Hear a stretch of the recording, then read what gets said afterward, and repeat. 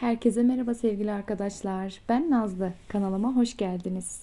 Bu videoda maya olmadan 10 dakikada yapabileceğiniz ıspanaklı bazlama tarifi vereceğim. İnanılmaz derecede kolay ve lezzetli oluyor. Tarife başlıyorum. 1,5 tatlı kaşığı tuzu yoğurma kabımıza alalım. 2 su bardağı suyu ekleyelim.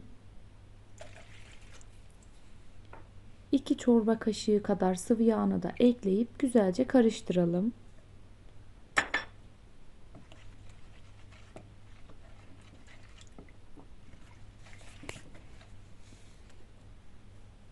5 su bardağı unu kontrollü bir şekilde ekleyelim.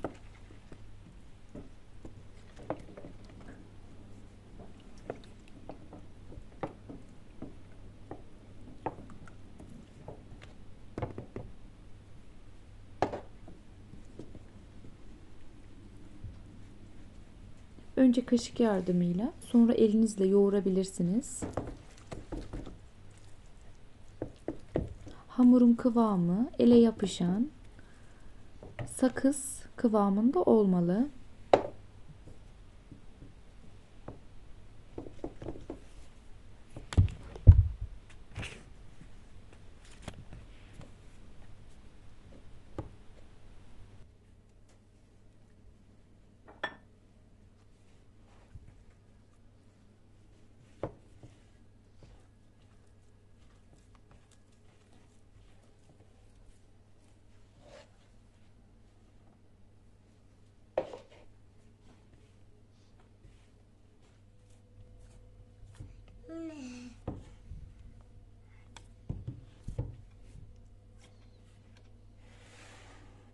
İç harcı için 250 gram yıkanmış doğranmış ıspanak, 1 adet rendelenmiş soğan, suyu alınmış soğan, 1 su bardağına yakın beyaz peynir, 1 tatlı kaşığı pul biber, 1 tatlı kaşığı tuz.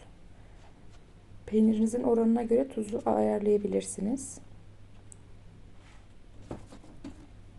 Hamurumuzu alalım. Biraz un serpelim ki ele yapışmasın.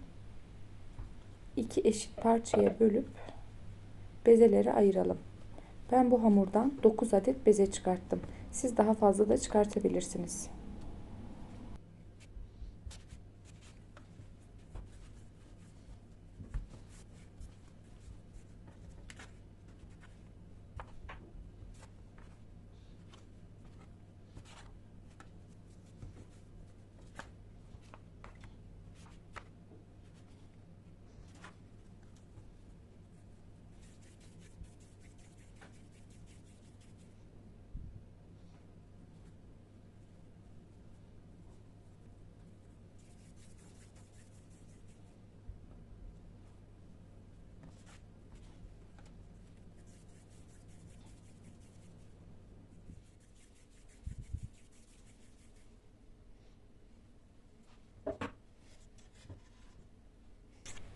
Bezelerimizi bir tahtaya koyup üzerini örtelim ki kabuklanmasınlar.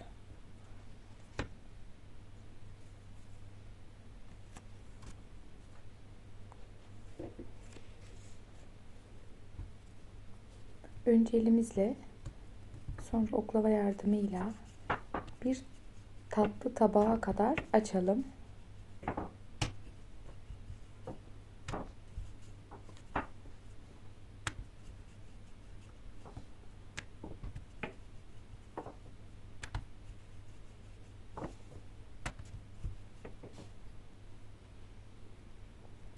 Bir tatlı kaşığından fazla iç harcını ekleyelim.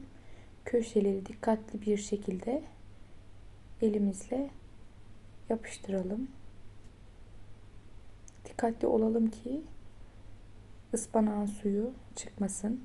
Daha sonra tekrar açacağız. Hamur olarak kalmasın. Hepsini aynı şekilde yapalım. En püf noktası hamuru kapatmadaki kapatma şeklimiz ve daha sonra tekrar açmamız.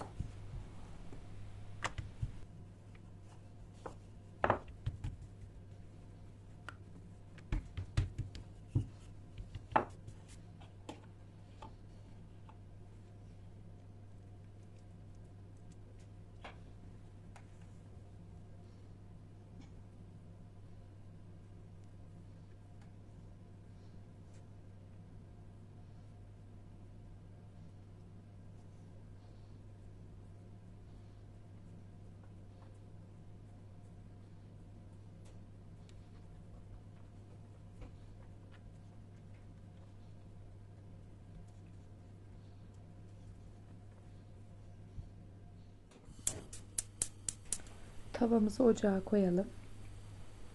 Yarım çay bardağından daha az sıvı yağını ekleyelim. Sıvı yağ ısındıktan sonra bezelerimizi koyalım. Ağır ağır pişirelim.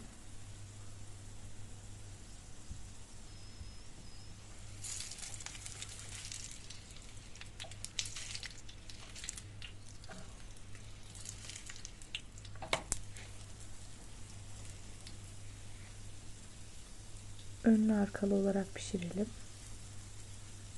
Ağır ağır piştiği için kesinlikle çiğ kalmıyor. Gördüğünüz gibi çok güzel kabardı.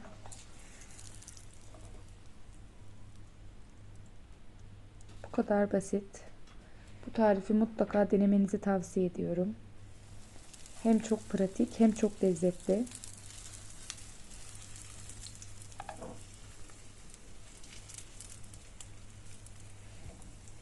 Yağ oranı azalınca biraz ekleme yapabilirsiniz. Hepsini aynı şekilde pişirelim.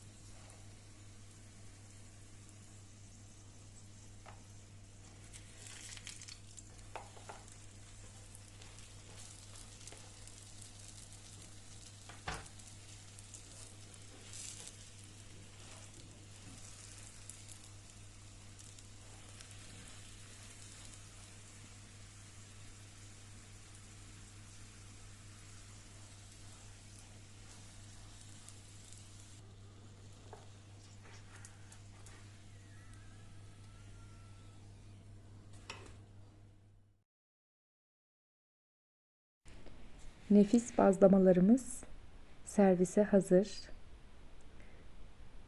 Gördüğünüz gibi çok güzel oldular. Size içini göstereceğim ve en sevdiğim anı tadımı sizler için yapacağım.